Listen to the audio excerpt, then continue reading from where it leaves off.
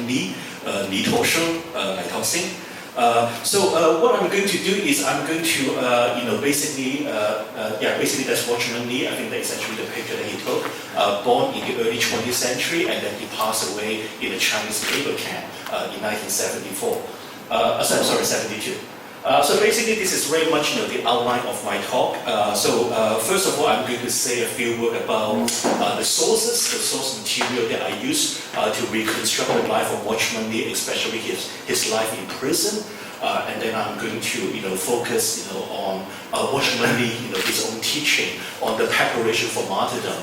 And what I find interesting nowadays is, I think in the field of Chinese history, especially for historians who work on the contemporary period, we like to revisit the historical experience of the Christian religious prisoners or the victim of the persecution.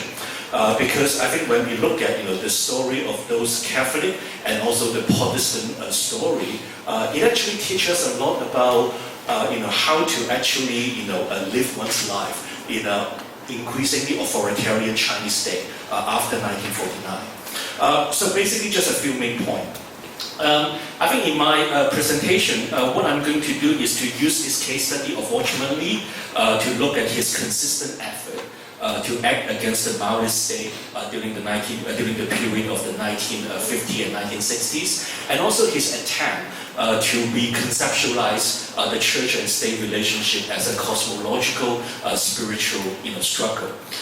In terms of the sources, basically, right now, I would say the personal dossier of Watchman Nee has not yet fully been released by the Chinese, the different level of the Chinese government authority, especially the bureaus of public security.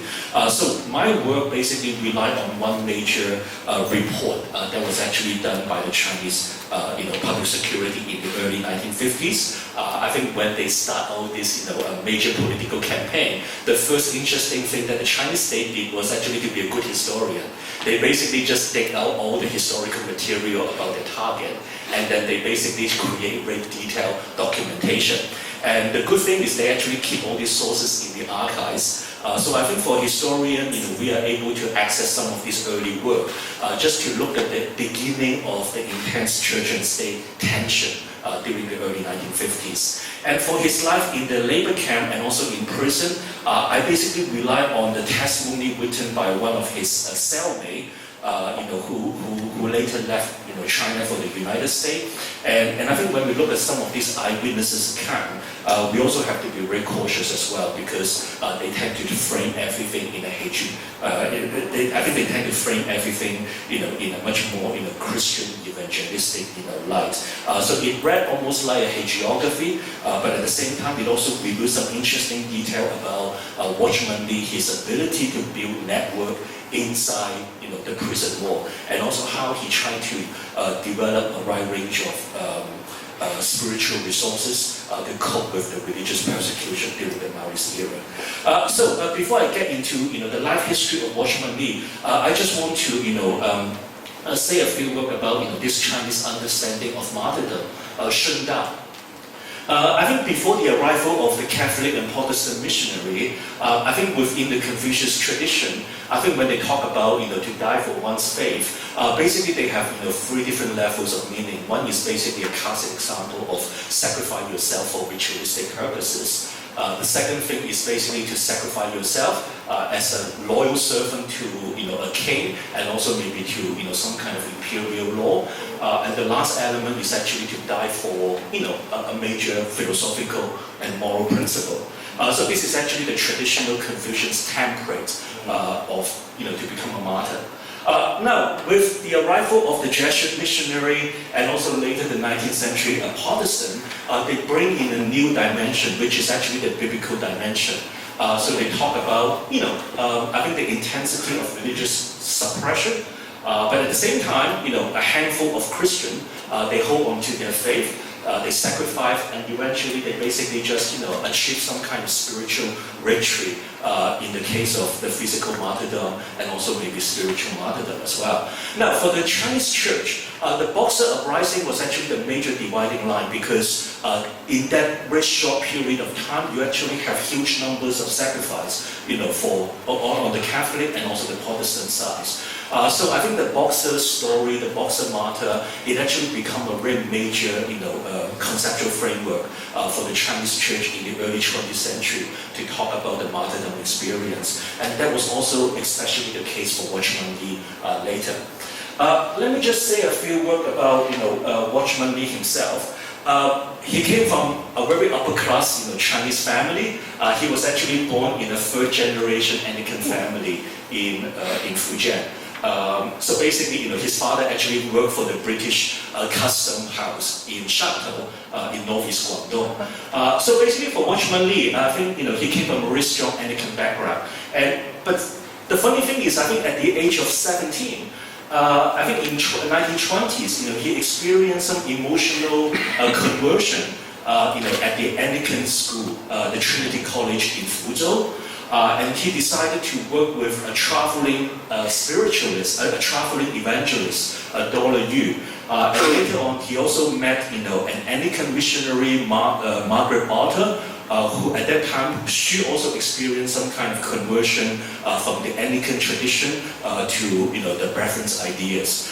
So they settled down in Shanghai, and I think Watchman Nee basically just walked away from his education and basically moved to Shanghai to study, with these two female, spiritual giants. Now for Watchman Nee, I think he subscribed to many of the ideas that was actually developed by this Irish author, John Newton Darby, in the late 18th and early 19th century. And I think he subscribed to this concept that I think the church should be a spiritual body, and I think he also wants to challenge that kind of artificial division between the clergy and laity. And eventually, I think he created a new spiritual movement called the local church or the local assembly. And I think for the Chinese Christian churches, they actually refer to that as the little folk. So I think for Watchman Nee, I think whatever reaction that he, whatever theological ideas that he developed, I would say it was very much a reaction to his own Anglican upbringing. Okay, basically it was a reaction to his own Anglican upbringing. Now, for some of the basic, philosophy of theology of Watchman Nee, he propagated the idea that the locality of the church. Basically, he drew on from his reading of the New Testament. I think when he looked at the New Testament, there's only one church in all these major city like Corinthian and Rome. So he believed that I think in each geographical locality there should be one church. Even though the Christian they could actually meet in different points, they have many different gathering points. And the other thing is, in order to transcend these hierarchical differences within the church, he talked about the empowerment and also the mobilization of the church laity as well. So the funny thing is, while in the case of Watchman Nee, he rejected the traditional church of the religious hierarchy, but at the same time he also created another form of hierarchy as well. Basically, I think within the little folk or the local assembly movement, you have the wandering evangelists like Watchman Nee himself, and also some of the well-educated brothers and sisters. And under them, you also have all these church elder and deacons. They were basically the manager of the local congregation, and most of them were actually chosen mainly because of their personality, the moral character, spiritual character, and also some of the very practical skill, like business skill, organizational skill. And so in a way, I think in this spiritual movement, in this what I call the Made in China Christianity, you actually have a very strong sense of the late mobilization. And I think for Watchman Nee, I think when he first developed this little folk, he also targeted most of the old mission churches. He basically went to the area he went to the old, the traditional Anglican, Methodist, and also the Baptist mission field, and basically trying to seal their members. Okay, they basically try to, preach to those people who grew up in a traditional mission family, and then they basically invite them to join this, little assembly. So people refer to them as a kind of sheep stealer. But I think for Watchman Nee, I think, because of all this kind of crisis that was happening in early 20th century China, revolution, war, and also civil war, so I think he also subscribed to a much more millennium form of Christianity that actually emphasized a great deal on individual rejections of this secular world. And he often, remind his followers they should be ready for the second coming of Jesus Christ. Just shortly before the Communist Revolution, I think the Watchman Nee group, they actually make up a substantial numbers of the Protestant and also the Catholic population. At that time in 1949, you have about roughly 1 million Christians. But I think for the Watchman Nee local assembly, they were basically everywhere in all the major cities in China. And they also incorporate many other denominational church members in his movement after 1949. Now, for Watchman Nee, because he emphasized so much on this self-supporting, self-financing, and also self-managing type of Christianity, so by the time when the communists arrived and talked about the Free Self-Patriotic movement, he thought that there would be lots of common ground for collaboration. So I think in 1949 and 1950, he actually got a choice to go to Hong Kong, and many of his followers asked him just to stay in Hong Kong instead of returning to China. But he was so optimistic about the possibility of working with the communists under the new Free Self-Patriotic movement. So he decided, because of his moral obligation as a church leader, so he decided to return and basically to encourage his followers back in the mainland. But by the time when he, especially after the outbreak of the Korean War, when he realized that the communists actually really want to politicize the church, institution, and I think the communist, state, they also want to interfere with the spiritual affairs of the church. He and many of his followers decided to walk out from the patriotic movement, and it was at that moment he actually became the major threat to the socialist religious order, to the socialist order. So in 1952, he was arrested and put in a detention center, and 4 years later, he was actually given a 15-year sentence, and he was actually placed in this prison in Shanghai, the Tinanchao prison. It was actually initially built by the British. It was actually the largest prison in the Far East in the early 20th century. And I think in the Tinanchao prison, not just Watchman Nee, but also many Catholic Jesuits, basically the Catholic leader from Shanghai, they also spent many, many decades there as well. About Watchman Nee, I think, as he spent his time in the prison, he got to know, one of the young cellmates.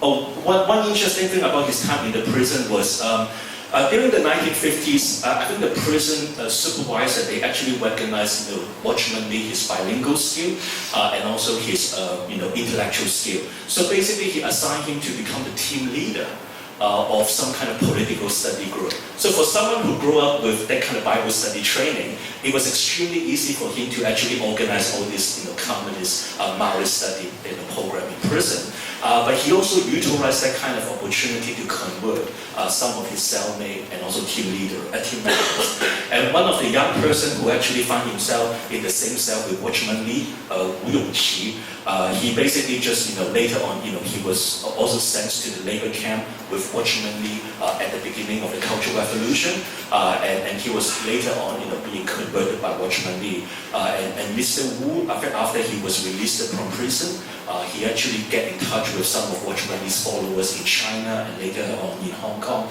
and the United States. And he began to talk more about all this personal story about what happened to Watchman Nee in prison. And during his time in the labor camp, I think Watchman Nee, his health deteriorated. His family actually had many heart problems, and he himself also had a very serious stomach disorder. So he was reported he has died in prison alone on May 30th, 1972, at the age of 69. On the day of his death, it was reported that he actually left a note under his pillows. and I think his relative later on come and pick up his belongings, and they actually find these notes. It was basically his last word, Christ is the Son of God. I die because of my faith in Christ, and that is actually the greatest mystery in the universe. And definitely, I think for Watchman Nee, 30 years later, he never expected, his last statement, this profound theological statement would actually be published, and translated into many different languages. So in that painful moment, I think he actually embraced a martyr's death and also gained a really transcendental understanding of his suffering. Now, for Watchman Nee himself, before he was actually being arrested, he actually organized a number of leadership training sessions for his followers in Fujian. He did 2 major sections, one in late 1949, and the other is actually the spring of 1949, all before the communist victory. And in these leadership training sections, people took notes, very detailed notes, and I think later on all these notes were published and they were actually made online. And I think Watchman Nee actually have given lots of thoughts, on the subject about martyrdom as well. The late historian Daniel Bates actually point out, I think when we look at some of this Watchman Nee's teaching, it actually embodied a very unique vision of the spiritual victory over the evil and also the trial of the world.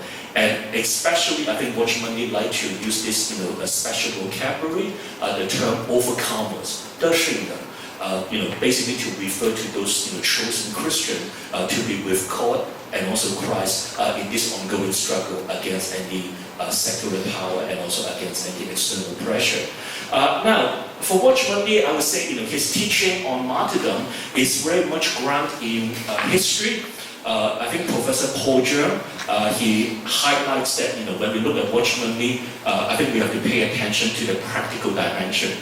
Basically, ethics and practice are the 2 sides of the same coin. I think Watchman Nee did not really start his teaching with some neat and also tidy definitions of martyrdom. Everything is actually grounded in the historical experience, the Boxer story, and also the anti-Christian movement that was organized by the communists in the 1920s. What was very interesting from looking at Watchman Nee's writing was, I think Watchman Nee's brother-in-law, and Anakin Kirshi, he was actually the headmaster of the Trinity College in Fuzhou, and he was actually being harassed and also being punished during the first anti-Christian movement in the 1925. And I think Watchman Nee, as a young man, he was reported, he witnessed the whole event, and I think it actually get him to think about the danger and also the problem of suffering for Christ. And of course, I think after the outbreak of the Korean War, the intensity of the church and state conflicts, it actually got Watchman Nee to think more carefully about the whole subject of martyrdom. I think on this subject of the martyrdom, I basically just picked up some of the major principles from Watchman Nee's writing.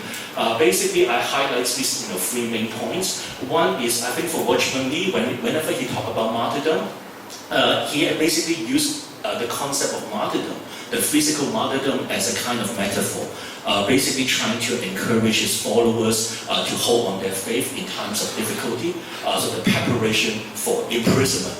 The second point is, I think for Watchman Nee, I think that the whole ideas of imprisonment. Now, I think for Watchman Nee, I think when he talked about imprisonment, he actually referred to the whole story of the 1920s during the anti-Christian movement. Basically, the whole objective of imprisonment was actually to isolate the Christian, basically to deny them the chance to practice their faith in public, to isolate them, and also trying to reducing their collective strength as a congregation. And also the lastly is basically to cause immense suffering to those people who were in prison. But of course, I think when he wrote that, he did not expect that he's going to have that experience a few years later.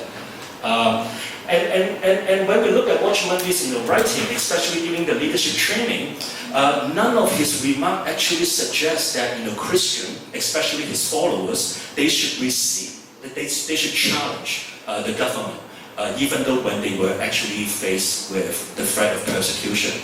So when they were being denounced in public, Watchman Nee was reported to encourage his followers to remain calm and also basically just to bear witnesses to their faith. And the other thing is, I think as Watchman Nee and his followers, as they read about all this story of the communist victory, they never encouraged their followers to come out and also maybe to resist the communist state. Mainly because I think for them, who actually experienced the early 20th century, Chinese history, there are so many regimes change from 1900 up to the time of the Second World War. I think in Watchman Nee's time, he grew up in late imperial China. He saw the 1911 revolution. He lived with many different, warlord government in Fujian. He lived in Japanese-occupied Japan, and of course, and also under Kuomintang as well. So all these political regimes comes and goes. So I think for Watchman Nee, and he believed that it was actually his Christianity, the church, will eventually stay and also maybe remain, eternal. So he propagated this concept about non-engagement in politics. So he often referred to the story of Jesus Christ. Jesus Christ, never act as a law enforcer. He also never tries to enforce any law, among his followers. So I think for Watchman Nee, I think he basically encouraged his followers don't get involved in any type of the revolutionary activities. Mainly because during the 1920s and during the time of the Second World War, I think many church mission school students, they joined the communist movement. Some become very successful revolutionary leaders, but most of them actually become very disillusioned, and they actually return to the church as well. So basically, I think for Watchman Nee's case, by listening, by looking at all these examples, he basically he never assumed, he never believed that, he never thought that I think the communist state would stay for so long. So after 1949, what you have is basically for Watchman Nee, I think he used the concept of the martyrdom very much as a religious metaphor to talk about the need to accept the Christian supervision and also the Christian discipleship. And basically, I think here is also one of the remark that he often used with the spirit of martyrdom. Dying for Christ has to take place every day, and I think that is actually the best way to embrace the spirit and also the principle of martyrdom. In terms of the conclusion, I would say, for historian, basically, when we look at the story of the Watchman Nee, I think when the news of his death actually came out in 1972, I think when that tragic news actually arrived in Hong Kong and also to his friends in the United States and Britain, that was the time when people thought that the church were already dead in China. So that's why for his followers, they began, this what I call, the global project of memory production. They gathered all the Watchman Nee's writing in Chinese and English, and they basically publicized that. They thought that what they were doing is actually to commemorate historical figures. But what they did not realize is after China actually opening up, basically most of his followers who have been organizing the house church, they resurfaced. And they basically trying to reorganize their religious ministry. So I would say one of the major legacy is some of the followers they talk about how they actually practice Watchman Nee's teaching during the time of the 1950s and 60s. They basically just refer to their experience as having tasted bitterness, chuku. Basically, when they were bombarded with all this kind of anti-Christian propaganda, they suffer, but they did not swallow it. Okay, they endure. So that is the kind of legacy, that how people actually practice Watchman Nee taught, and also how they try to keep alive his legacy through their, actual Christian practice. So thank you.